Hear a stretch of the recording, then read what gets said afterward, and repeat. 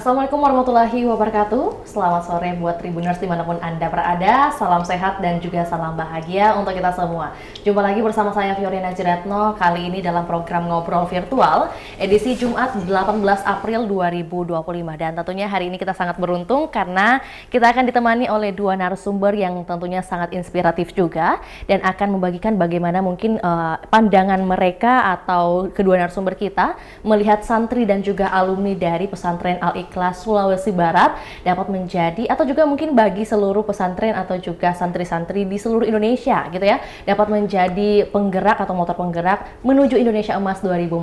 Maka dari itu pada sore hari ini kita sudah mengemas perbincangan kita dengan tajuk bagaimana santri menuju Indonesia Emas 2045 bersama narasumber kita ada Andre Guru Ihsan Zainuddin LC Depil selaku pimpinan Pondok Pesantren Modern Al-Ikhlas Sulawesi Barat dan juga ada Kakanda Apriyadi ST selaku Ketua Umum PB KAPMI atau yang disingkat dengan Korps Alumni Pondok Pesantren Modern Al-Ikhlas. Izinkan saya menyapa narasumber kita di sore hari ini. Assalamualaikum warahmatullahi wabarakatuh. Waalaikumsalam. Kakanda dan Ustadz. Gitu ya, waalaikumsalam. Dan tentunya mungkin pertanyaan awal dan juga dasar gitu ya. Bagaimana kabar dari Ustadz dan juga Kakanda Apriyadi? Alhamdulillah, selalu baik. Alhamdulillah. Iya. Mungkin kalau belakangan ini sedang disibuki oleh aktivitas apa aja nih? Dari Ustadz mungkin terlebih dahulu? Iya, paling fokus urus pondok aja. Oke, fokus ya bagaimana mungkin mendorong santri-santri juga untuk bisa menjadi atau juga mempersiapkan diri di masa depan begitu ya,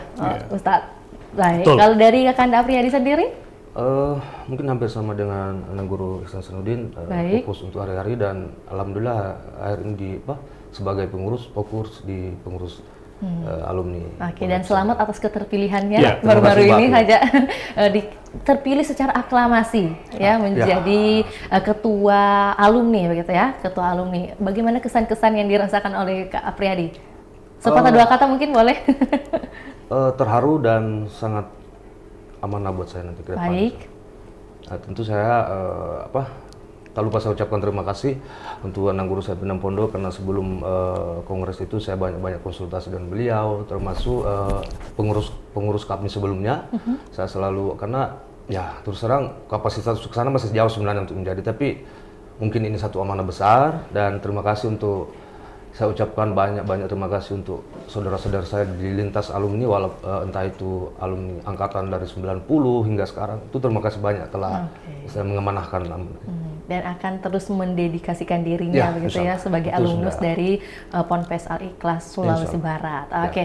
Izin mungkin Pak Ustadz mungkin boleh sampaikan kepada kami sebagai umat awam, mungkin kalau mendengar kata santri gitu ya, berarti kita tahunya seseorang atau mungkin anak yang sedang menempuh pendidikan di lembaga pendidikan lebih islami begitu. Jadi mereka bisa hatam soal Al-Quran dan sebagainya mungkin ya. Tapi kalau boleh dijelaskan kepada kami, sudut pandang santri dari Pak Ustadz sendiri seperti apa? Baik, bismillahirrahmanirrahim. Assalamualaikum warahmatullahi wabarakatuh. Alhamdulillah, wassalatu wassalamu ala rasulillah wa ala alihi wa sahbihi ajma'in, amma ba'd. Jadi santri itu kan istilah khusus untuk dunia pesantren. Siswa atau pelajar yang belajar di pondok itu ya disebut santri. Kira-kira begitu. Nah, santri ini kan biasanya itu secara umum nih memang tinggal di pesantren yang itu diharuskan mondok tinggal di pondok. Kalau pelajar yang lain kan di sekolah umum kan biasanya terbatas mulai pagi sampai sore atau siang pulang ke rumah. Kalau santri kan memang tinggal menetap di pondok, nanti pulang, kadang-kadang pulang berlibur di libur semester atau libur tahunan misalnya. Dan memang santri adalah satu komponen dari 5 komponen yang yang mencakup pesantren itu. Jadi di pesantren itu sebetulnya sekurang-kurangnya ada 5 unsur. Ada kiai atau ada pengasuh ustadz-ustadz, kemudian ada santrinya tadi sebagai anak didik yang menuntut ilmu. Kemudian ada gedung, ada asrama, terus ada masjid. Nah yang terakhir itu ada pembelajaran klasik kitab kuning. Jadi ini 5 unsur yang mesti terpenuhi di sebuah institusi bernama pesantren. Seperti itu. 5 ini yang menjadi komponen Iya. paling penting Betul. atas adanya atau pendirian suatu pesantren. Betul, Gitu. iya. Jadi kalau tidak ada salah satunya maka akan istilahnya patah gitu ya, Iya. tidak lengkap begitu. Dan itu sudah dicantumkan dalam undang-undang Oke, pesantrenan. baik. Ya. Nah, kalau berbicara tentang undang-undang berarti sudah legitimasinya sudah terpercaya atau terakui begitu oleh negara. Betul. Itu undang-undang nomor berapa Iya. Ustaz? Jadi pada tahun 2019 ya, ada Undang-Undang Nomor 18 tahun 2019. Jadi pemerintah kita sudah mengakui pesantren, eksistensi pesantren, bahkan pemerintah sangat serius untuk menjadikan pesantren ini sebagai bagian dari pembangunan di di negeri kita. Karena memang pesantren itu kan dari dulu secara historis ya punya kontribusi ya, kontribusi yang panjang. Jauh sebelum bangsa ini merdeka gitu ya. Jadi perjuangan para kiai, santri ya bahu membahu membantu agar kita lepas dari penjajah. Makanya kita kenal dengan istilah misalnya resolusi jihad ya yang dicetuskan atau dikomandoi oleh Mbah Hashim gitu ya, Kiai Hashim Asy'ari pendiri NU. Dalam hal ini disitulah kemudian gelora santri ya di bawah naungan kiai, bimbingan kiai berkontribusi untuk berjuang di memerdekakan bangsa ini. Kalau tadi Ustadz mungkin sebut gelora gitu ya, bagaimana para santri-santri ikut juga memerdekakan pada secara historis begitu. Kalau dari sekarang ini fenomena atau mungkin animo masyarakat yang dilihat oleh Ustadz seperti apa? Apakah mungkin anak muda juga masih seperti itu semangatnya atau mungkin agak kendor atau kayak gimana? Iya, jadi kalau melihat kalau yang dimaksud adalah bagaimana respon ya masyarakat Indonesia terhadap pesantren, saya kira dari tahun ke tahun makin besar ya. Apalagi kemarin waktu ada COVID, jadi masyarakat orang tua khawatir anaknya terpapar COVID, jadi memilih pesantren. Jadi waktu itu memang ada gelombang atensi yang besar belajar di pondok karena waktu itu COVID ya. Tapi pada dasarnya sekarang ini memang kita tidak bisa pungkiri bahwa model pendidikan yang paling ideal itu untuk di Islam di negara kita ini ya pesantren gitu. Ya karena memang pembinaannya itu full ya, terpadu dan itu 24 jam. Dari mulai santri bangun ya, dari tidurnya sampai tidur kembali itu kan dibina, dikontrol. Ya, jadi dan kita tahu sekarang ya pengaruh perkembangan teknologi ya, HP ya. Itu kalau di rumah kan kadang-kadang tidak terkontrol. Tapi kalau di pesantren pada umumnya itu belum masih belum boleh untuk menggunakan HP secara umum. Jadi lebih disiplin. Iya. Jadi lebih punya waktu untuk fokus belajar dan bisa kemudian banyak waktu untuk menghafal Quran dan lain sebagainya. Setuju, Ustadz. Karena kalau di rumah biasanya scroll TikTok itu nggak terasa gitu ya. Oke, terima kasih Ustadz atas informasi awalnya. Kalau dari Kak Apriyadi sendiri mungkin sebagai alumni gitu ya, kita mau dengar apakah mungkin pada masa kecil dulu gitu ya atau masa remaja bercita-cita sebagai apa? Atau mungkin pernah membayangkan nggak menjadi alumni dari pesantren Al-Ikhlas atau juga sekarang ini aktif ke organisasi kepemudaan? Baik, terima kasih Mbak Pio. Kalau berbicara masalah kesantrian, saya jujur juga tidak menyangka kalau akan bersekolah di pondok pesantren. Karena ini kan amanah dari orang tua. Dulu kita istilahnya sering di tempat ibadah di masjid, pada saat acara-acara anak masjid ya. Jadi pernah, tapi itu akan sangat panjang untuk cerita. Tapi kesimpulannya adalah apa yang ada hari ini, saya mewakili atas teman-teman para alumni terkhusus untuk pondok pesantren, bahwa betapa kekuatan spiritual mental itu selalu mengiringi kita. Saya berpendapat bahwa setiap kita beraktivitas ada saja momen-momen di mana untuk mempertimbangkan sesuai itu kita selalu mengingat di mana kita sekolah dengan ilmu, dengan nilai-nilai spiritual keagamaan itu sangat membantu kami untuk masa-masa sekarang dan masa depan. Jadi kayak napak tilas gitu ya? Ya seperti itu tidak bisa kita pungkiri selaku santri. Mungkin itu hanya yang bisa saya sampaikan dan mudah-mudahan ilmu-ilmu yang kami dapat beberapa tahun silam itu akan menjadi bekal kami hingga hari ini dan untuk masa depan, terus untuk para santri, alumni santri. Baik, Tribuners, itulah tadi salah satu testimoni awal ya dari alumni Pondok Pesantren Al-Ikhlas Sulawesi Barat khususnya. Nah, kalau kita kembali lagi ke Ustadz, mungkin berdasarkan histori, mungkin kita lebih sering bahas histori mengenai kapan berdirinya Ponpes Al-Ikhlas Sulawesi Barat sendiri dan mungkin bagaimana perkembangannya hingga kini, boleh dijelaskan kepada kita nggak secara singkat? Baik Mbak Pio ya. Jadi saya mulai dulu dari nama ya. Jadi nama pondok kita itu Pondok Pesantren Modern Al-Ikhlas ya. Modern Al-Ikhlas. Lampoko ini nama desa. Ya. Jadi pesantren ini di Lampoko di Kecamatan Cempalgian, Kabupaten Polewali Mandar, Sulawesi Barat. Dulu saat berdiri di tahun 92 itu masih bagian dari Sulawesi Selatan. Oke. Ya kan Sulubar kan baru berdiri resmi itu 2004 ya kira-kira.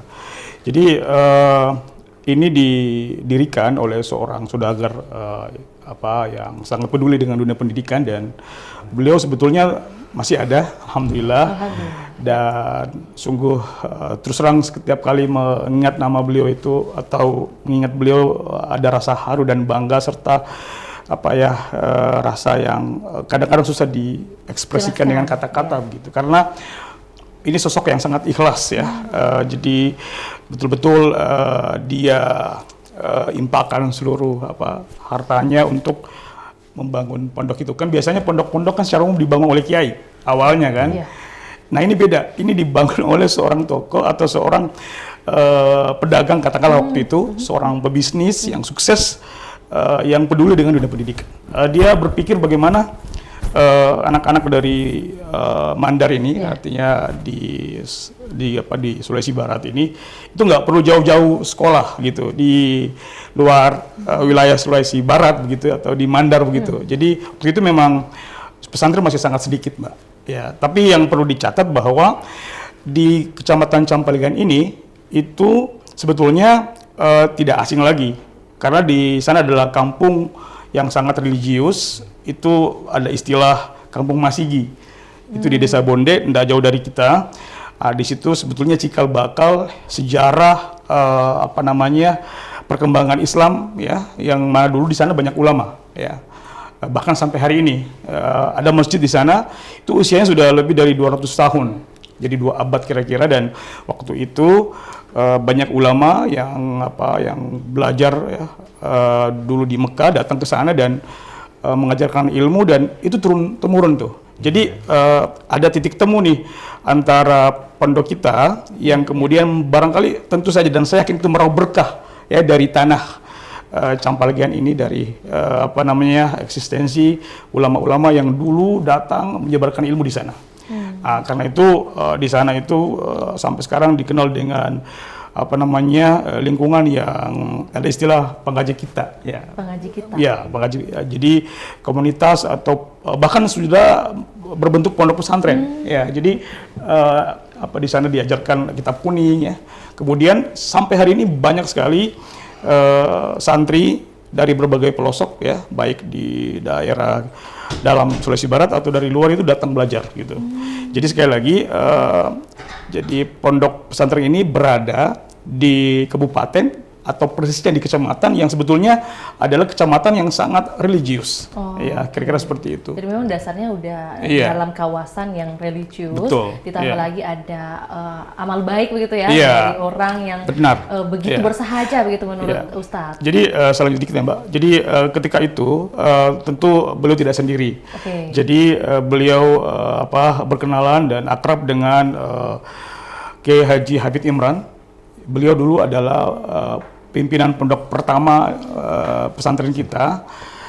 Intinya dua-duanya ini dulu sempat waktu itu menyekolahkan anaknya di pesantren Gombara di sini di Goa ya. Makassar atau Goa ya, Goa.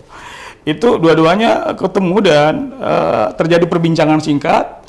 Itu ada semacam visi atau harapan ke depan bagaimana bisa enggak kita juga ini tidak perlu jauh-jauh bawa anak ke sini, kenapa tidak di daerah kita sendiri. Nah, kata Pak Haji Sikir, saya siap dengan catatan Ustadz atau Pak Kiai bisa bantu saya.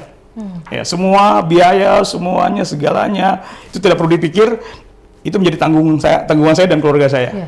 Dan itu Mbak, saya harus katakan di di depan pemirsa Tribun ini bahwa sampai sekarang beliau keluarga itu sangat mendukung dan memfasilitasi pondok ini. Setiap kegiatan Iya, dari sampai hari ini gitu. Dan bahkan di awal-awal pondok ini berdiri sebetulnya itu digratiskan, tidak berbayar Mbak.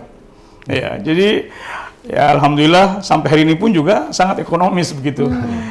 Jika dibandingkan dengan fasilitas ya dan tentunya kualitas ya di pondok ini alhamdulillah. Wih, luar biasa. Iya. Ya, jarang-jarang dapat sosok yang Betul. begitu Iya. mulia hatinya gitu. Artinya ya. gini, saya mau katakan seperti ini. Poin lainnya adalah bahwa toko ini mendirikan pesantren itu betul-betul bukan bisnis oriented, Mbak, bukan. Jadi dia nggak berharap keuntungan materi dari pondok ini. Biasanya kan orang buat lembaga pendidikan, institusi, Iya, kemudian dia bisa untung dari bisnis itu, bisnis pendidikan itu. Tapi ini tidak. Jadi sebaliknya apapun ya, bahkan saya tahu ada wakaf ya, tanah dan lain-lain itu untuk masa depan pondok ini, gitu kira-kira. Jadi itu sudah dipikirkan sama beliau. Nah, kami ini sebagai anak-anaknya, anak-anak ideologisnya, santri yang pernah mondok, saya alumni di sana, Mbak. Ya, baik. Alhamdulillah, dan kami ini hanya melanjutkan saja apa yang telah dibangun oleh beliau dan Pak Kiai. Ya, kita ini tidak ada apa-apa aja. Hanya apa istilahnya serpihan debu lah dibandingkan mereka semua. Jadi kita minta juga doanya Mbak, semoga beliau selalu sehat walafiat ya, berkah, dan saya kira kita semua selalu mendoakan beliau. Baik, dan pastinya yang dijauhkan dari maharabah ya, itu yang Betul. paling penting. Oke, terima kasih Pak Ustadz atas informasi mengenai bagaimana sejarah berdirinya Ponpes Modern Al-Ikhlas Sulawesi Barat gitu ya, khususnya ada di Desa Desa Lampok, Kecamatan Campalagian. Oke, Kecamatan Campalagian. Iya. Nanti mungkin kalau ada waktu Tribuners bisa jalan-jalan ke sana karena senang hati. karena banyak tadi disampaikan juga oleh Ustadz banyak yang dari luar daerah juga ikut belajar bersama di lokasi tersebut. Iya, betul. Oke. Itu menarik Mbak untuk disorot itu. Oke, nanti mungkin ada liputan khusus kan bisa jadi. Oke. Baik, kalau dari Kak Priyadi sendiri gitu ya, selaku alumni biasanya kan kalau selepas menempuh pendidikan sudah dapat bekal yang begitu banyak, biasanya tidak mau kembali lagi. Nah, kalau Kak Priyadi kira-kira apa yang menjadi motivasinya hingga saat ini masih aktif dalam atau juga dalam bagian sebagai alumni nih? Karena jarang-jarang loh ada yang mau aktif kembali gitu ya, Ustadz. Betul nggak? Ustadz sampai ketawa. Kalau Kak Priyadi punya alasan atau mungkin motivasi apa nih yang membuat Kak Priyadi kemudian ya bagaimana mengabdikan diri lah? Baik, terima kasih Mbak Via. Sebenarnya pertanyaannya agak rumit sebenarnya. Tapi yang jelas saya selalu sampaikan sama teman-teman bahwa apa yang menjadi motivasi kami sebenarnya kuncinya hanya satu. Rindu akan pondok itu. Masya Allah. Ya, kalau ditafsirkan ke lain persepsi itu banyak sekali. Tapi sesungguhnya saya kadang-kadang dari rumah ke misalnya tempat kerja itu hanya mengilustrasikan dari pertanyaan Mbak saja. Saya itu tidak bisa melanjutkan kalau misalnya tidak mampir atau hanya menengok masuk. Ya, jadi kalau lewat ya, lewat biasa ya. Ya, kalau lewat mau malam mau pagi. Jadi kalau menjawab pertanyaan Mbak sesungguhnya susah untuk kami jawab. Yang jelas yang tertanam dalam hati kami sejak mondok di tahun 97 itu hingga kini ya itu saja. Kerinduan atas akan semua momentum-momentum di sana, mulai dari bimbingan-bimbingan guru-guru kami dengan betapa ikhlasnya memberikan kami ilmu, nilai-nilai spiritual, mental itu sampai hari ini masih. Bahkan itu lebih besar saya rasa daripada apa yang misalnya dalam konteks profesi justru itu mengcover semua mengontrol kami hari-hari untuk bekal-bekal dari pondok. Jadi memang saya tidak bisa berkata-kata lebih banyak itu. Tapi intinya satu kata. Makanya selalu saya sampaikan terkhusus hari ini bahwa dengan amanah ini saya selalu menggaungkan sama teman-teman alumni baik kakanda saya senior-senior saya dan adinda saya itu satu kuncinya untuk mengurus ini. Rindu ke pondok. Jangan tidak usah ke kami. Minimal rindu ke pondok atas apa yang terjadi selama ini, ilmu-ilmu yang Anda terima dari keikhlasan pembina, itu bawa ke dalam hati kita untuk membangun ini, terkhusus untuk organisasi alumni ini. Saya sampai ke situ bahwa jadi kata kuncinya itu tadi, rindu pondok dan cintai masa lalumu di pondok. Insya Allah itu akan menjadi penguat kita, baik itu aktivitas kita sehari-hari di luar, terutama khusus organisasi ini, organisasi alumni. Jadi mungkin dari aspek lain mungkin akan dibantu karena beliau ini jujur. Selain Andang guru saya pimpinan pondok, Kanda Ihsanuddin, beliau juga sempat menjadi kakak kelas saya. Oh, senior ya. Gitu Jadi kita ya minta maaf kalau hari ini kita harus bernostalgia. Beliau ini jujur waktu sekolah salah satu inspirasi kami. Baik itu kedisiplinan, baik itu nasihat-nasihat ya dalam senior.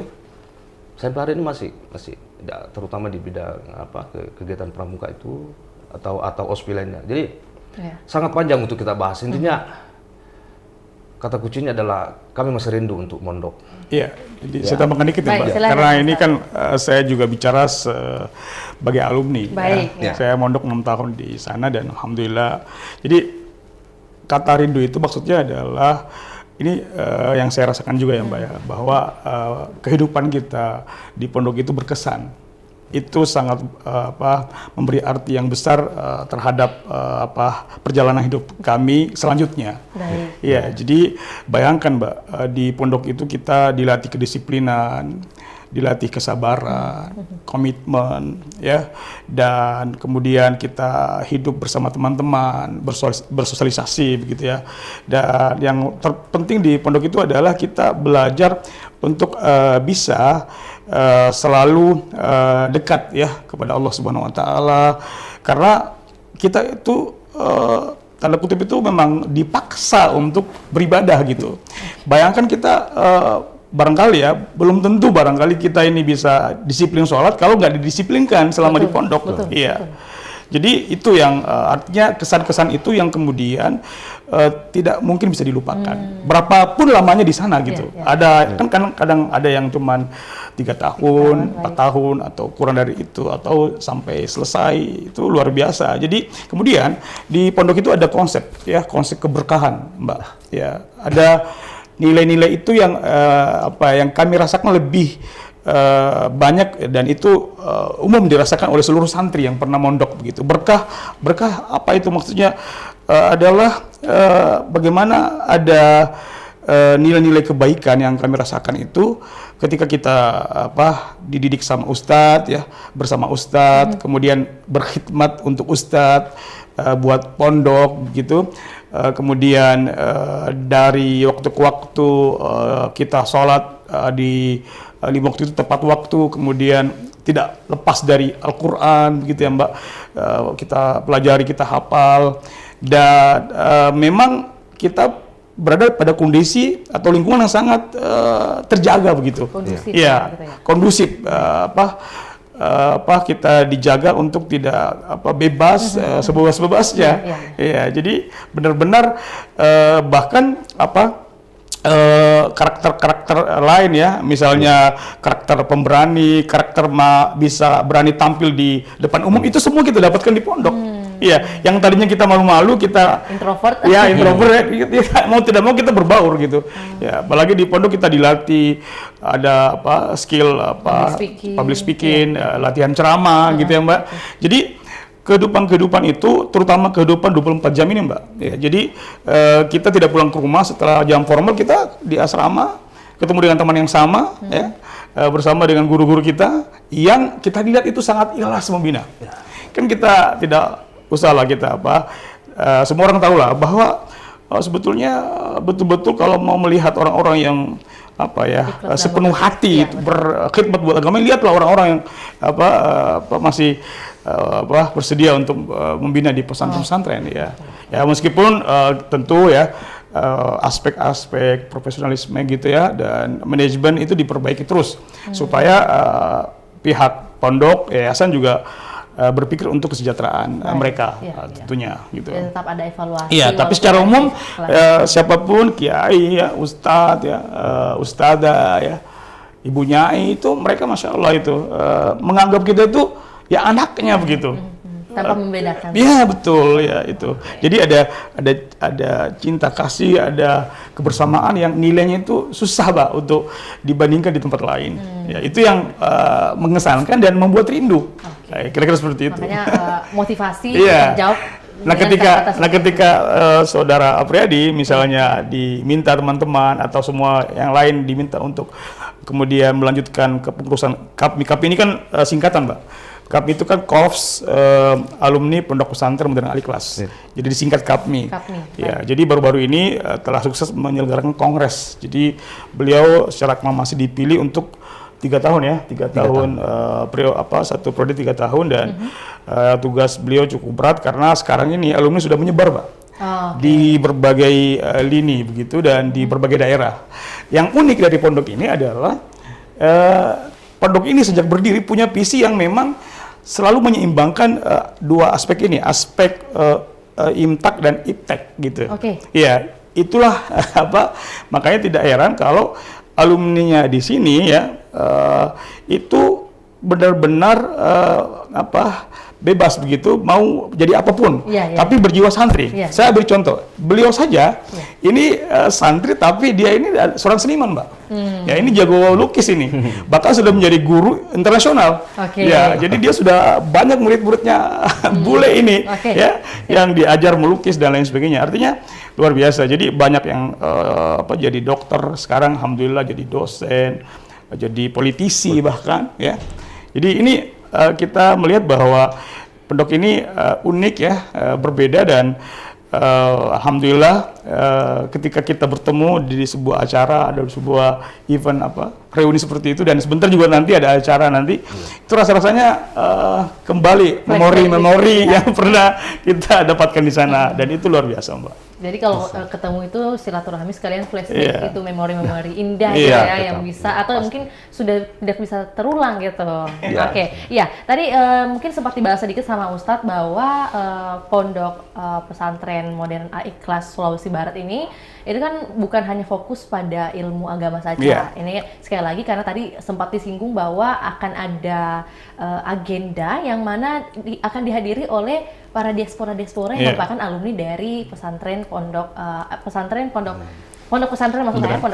dari Modern Al-Ikhlas Sulawesi Barat. Jadi nanti ada beberapa negara, Mesir, Indonesia, ada dari mana lagi? Ada Turki juga. Turki, kemudian nanti akan ada kegiatan besar gitulah. Nah, mungkin dalam hal ini kita mau dengar lebih lanjut. Sebenarnya bagaimana sih kita berbicara tentang kurikulum dulu, Ustadz Dalam menyongsong 2045 ini, Indonesia Emas 2045, Ponpes Modern Al-Ikhlas Sulawesi Barat itu kira-kira memberikan atau mengaplikasikan kurikulum seperti apa sih? Apakah mungkin hanya fokus pada bahasa bilingual language aja atau mungkin ada mata pelajaran lainnya seperti di sekolah-sekolah pada umumnya atau seperti apa? Oh ini saya nih. Jadi buat Ustadz dulu. Jadi kalau bicara mengenai Indonesia Emas ya, itu kan artinya kita berpikir 20 tahun ke depan. Jadi kan juga ada istilah generasi emas gitu. Artinya pesantren yang tentu kita berperan di dalamnya ya tentu kita berharap bisa meningkatkan kualitas pembinaan ya. Jadi dari tahun ke tahun ya, karena di pondok ini juga Mbak, kita juga ada pendidikan formal dari dulu ya, ada SMP-nya gitu ya, ada SMA-nya, bahkan ada SMK-nya gitu. Jadi yang dimaksud perpaduan umum dan agama ini di pondok kita ini secara khusus adalah bahwa di pagi hari ya mereka banyak fokus untuk kurikulum umum ini. Nah di luar itu setelah pulang dari sekolah ya jam formal itu, disitulah kemudian pendidikan keagamaannya diperbanyak begitu, pendidikan karakter ya, kemudian yang mana kita harapkan kontribusinya ini bagaimana alumni ke depan itu atau santri-santri yang menimba ilmu ini itu dilatih, dibina, digembleng untuk menjadi manusia-manusia yang memiliki paling tidak 3 aspek, Mbak. itu ya. Kita tahulah ada yang kita ingat itu atau kita tahu ada kecerdasan intelektual ya, kecerdasan emosional dan spiritual. Jadi konsep yang sering kita dengar ini sebetulnya itu ada di pondok, Mbak, ada di pesantren. Nah, kan kemudian yang kita harus garis bawahi bahwa generasi yang dimaksud itu kan adalah generasi yang unggul, ya. Karena bagaimanapun ke depan ini tantangannya besar, karena itu pondok ya, dan lebih khusus di kita di pondok pesantren itu selalu beradaptasi, Mbak, dengan perkembangan zaman, ya gitu. Bahkan misalnya gini, ujian-ujian semester belakang ini itu sudah menggunakan teknologi, Mbak, gitu ya, untuk kemudian mempermudah proses penilaian dan lain sebagainya. Jadi kuncinya adaptasi. Jadi santri meskipun di pesantren tapi tetap ya mesti diselaraskan dengan perkembangan zaman, gitu. Iya. Jadi nilai-nilai itu yang nilai-nilai keseimbangan antara imtak, iman dan takwa ini dengan ilmu pengetahuan dan teknologi mesti selalu selaras dan berjalan dengan beriringan begitu, Mbak. Jadi nggak boleh timpang begitu. Iya, karena korelasinya dari agenda besar yang akan berlangsung nanti itu di mana nih, Ustaz? Iya. Jadi kan kita sekarang ini lagi berupaya untuk, saya juga sebagai alumni ya, berusaha untuk mengumpulkan simpul-simpul kekuatan alumni ini. Iya, karena kita melihat bahwa dan pondok sangat butuh ya kontribusi peranan alumni. Dan alhamdulillah sekarang ini tidak sedikit alumni kita yang sudah menimba ilmu atau sedang bahkan menimba ilmu di luar negeri, gitu. Jadi pengalaman mereka, masukan mereka tentu sangat dibutuhkan untuk pengembangan pondok begitu. Iya. Jadi kita tetap menjaga kita punya ciri khas begitu dari dulu, tapi tetap ya kita hidup dari waktu ke waktu, kan perubahan kan begitu cepat ya, Mbak ya. Ya rasanya kita akan gagap kalau kita tidak siap untuk itu. Jadi kita galang kekuatan melalui kegiatan-kegiatan yang akan diselenggarakan nanti. Ya, tapi untuk luar negeri ini memang karena ini baru aja diterpilih, tentu masih persiapan. Saya kira infrastruktur organisasi mesti dibenahi dulu. Ya, saat ini baru pertemuan-pertemuan pendahuluan barangkali, Mbak, untuk kegiatan-kegiatan ke depan. Tapi mungkin boleh saya tanyakan kepada Kakanda Priyadi mungkin ya. Tentunya masih ada pertemuan-pertemuan yang sedang berlangsung dan mungkin yang memperbaiki mengenai struktural organisasi ya. Tapi pastinya ada rencana ke depan. Kira-kira program seperti apa yang akan dijalankan gitu ya, khususnya dari PBKMI yang berorientasi kepada visi Indonesia Emas 2045. Kira-kira seperti apa nih, Kak? Baik, makasih Mbak Pia. Untuk sebenarnya kan pasca kongres kemarin kan sudah ada beberapa rekomendasi yang akan menjadi rujukan kita sebagai program kerja 3 tahun ke depan. Ada banyak hal yang akan kita lakukan, termasuk misalnya di ruang lingkup pondok sendiri bagaimana kita membuat program alumni berbagi, seperti ada interaksi dengan santri yang akan menjadi alumni, calon alumni, jadi mahasiswa ya, calon mahasiswa. Jadi di situ ada interaksi untuk bagaimana berkomunikasi dengan para calon alumni ini untuk kedepannya seperti apa, dan kira-kira sharing seperti itu. Terus yang program selanjutnya itu mungkin ada di luar pondok itu, seperti misalnya bakti sosial mungkin, dan ya korelasinya dengan Indonesia Emas ini ya. Saya belum bisa menjelaskan secara detail bahwa seperti apa, tapi ya yang menjadi poin dari Indonesia Emas itu kan terkait masalah sumber daya manusianya itu sendiri. Jadi tugas kami selaku di ruang lingkup organisasi ini, terkhusus untuk di alumni pondok pesantren ini, ya semaksimal mungkin bisa menjadi lini tengah sebenarnya untuk di lintas santri itu, dan untuk ke depan seperti apa melihat cita-cita Indonesia ini, bagaimana kita menjadi bagian penting dari cita-cita Indonesia tersebut dengan beberapa program kerja yang sudah dilaksanakan jauh sebelum saya, karena saya ini pengurus yang ke-12. Ya, berarti kongres ke-12 kemarin. Ya, jadi saya hanya melanjutkan beberapa program teman-teman yang sudah dari periode pertama hingga kini. Tentu ke depan ini akan ada beberapa inovasi yang akan kami lakukan, bagaimana mengapresiasi program ini sehingga di durasi 3 tahun ini bisa bekerja maksimal, tentu dengan semangat dan dorongan dari teman-teman alumni itu sendiri. Dan ya terkait untuk kegiatan yang akan terjadi nanti ini juga nanti halal bihalal ini akan menjadi ruang-ruang komunikasi untuk ke depan KAP ini seperti apa ini, seperti apa baik ini secara hubungan kita ke pondok maupun dengan yang dimaksud tadi untuk menjadi bagian dari cita-cita Indonesia ini menuju Indonesia Emas 2045. Saya pikir seperti itu, Mbak, mungkin. Kalau Kak Priyadi sendiri mungkin udah punya bayangan nggak tantangan terbesarnya nanti ada di mana? Ya, tantangan, kalau kita bicara tantangan yang sepanjang yang saya lihat ini adalah antara bagaimana terlepas dari inovasi-inovasi digitalisasi yang ada sekarang ini, bagaimana ya lagi-lagi saya bahas bekal kami, keilmuan kami di pondok ini mampu menjadi sinergi untuk tantangan ke depan, bahwa selalu saya mendapatkan pesan dari pondok bahwa kalau kita mau istilahnya mau mencerdaskan diri kita, kalau tanpa mental dan bekal keagamaan, spiritual, mungkin ya itu akan menjadi tantangan besar sebenarnya. Lagi-lagi saya berbicara tentang background kami yang dari santri untuk menuju Indonesia mendepan ini, ya memang tantangannya cuma itu. Terlepas dari itu ya masih bisa kita upayakan. Berarti mungkin satu pesan dari Kak Priyadi kepada santri atau calon alumni santri nantinya dari Ponpes Modern Al-Ikhlas Sulawesi Barat yang ingin disampaikan dan di-highlight mungkin untuk para santri ini.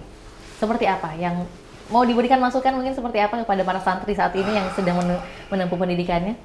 Ya, lagi-lagi pesan saya untuk calon alumni santri yang ya lagi-lagi tidak akan jauh dari apa yang selama ini kami terima di pondok sebelum calon alumni itu, bahwa kualitas akhlak itu penting. Kualitas. Ya, ilmu yang sudah diberikan pembina kita itu jangan sampai berhenti setelah keluar. Itu saja modalnya bagi saya, karena itu modal besar untuk menentukan cita-citamu terwujud atau tidaknya itu.